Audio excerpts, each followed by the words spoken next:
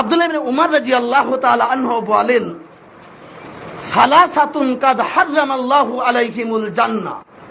রাসূল সাল্লাল্লাহু আলাইহি সাল্লাম বলেছেন, আল্লাহ তাআলা তিন শ্রেণীর ব্যক্তির জন্য জান্নাতকে হারাম করে দিয়েছেন। নাম্বার 1, মুদমিনুল খামরে, যে ব্যক্তি নেশা জাতীয় দ্রব্য নিয়মিত পান করে, বিড়ি সিগারেট, তাম্বাকু, খৈনি, মধু, যত ধরনের নেশা রয়েছে, যারা নিয়মিতভাবে এগুলো খাই পান করে, এদের জন্য জান্নাত হারাম, এরা জাহান্নামে যাবে। হুজুর মাকরু খাচ্ছে আর বলছে এটা মাকরু। বিড়ি খাওয়া, জর্দা খাওয়া, সিগারেট খাওয়া, হুজুর সাহেব বলছে এগুলো মাকরু। অথচ রাসূল সাল্লাল্লাহু আলাইহি সাল্লাম বলেছেন, কুল্লু মুস্কিরিন খামরুন ওয়া কুল্লু মুস্কিরিন হারাম।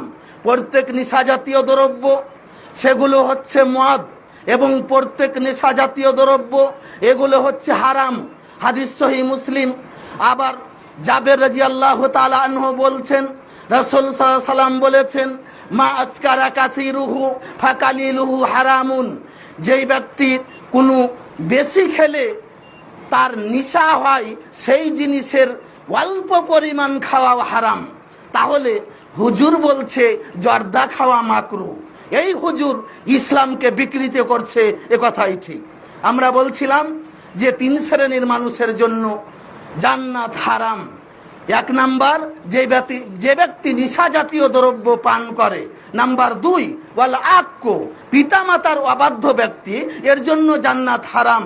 নাম্বার 3, ওয়াদ দায়ুস, যে ব্যক্তি দায়ুস, তার জন্য জান্নাত হারাম। দায়ুসকে আল্লাযী ইকিরু ফি আহলিহিল খাবাস, যেই ব্যক্তি বেহায়া কোনো নারীকে তার বাড়িতে সুযোগ দিয়েছে, তার মেয়ে বেহায়া অবস্থায় চলে, তার স্ত্রী বেহায়া অবস্থায় চলে, অথচ তার স্বামী কাপুরুষ স্বামী, কিছুই বলছে না, এই হচ্ছে দায়ুস, এর জন্য জান্নাত হারাম।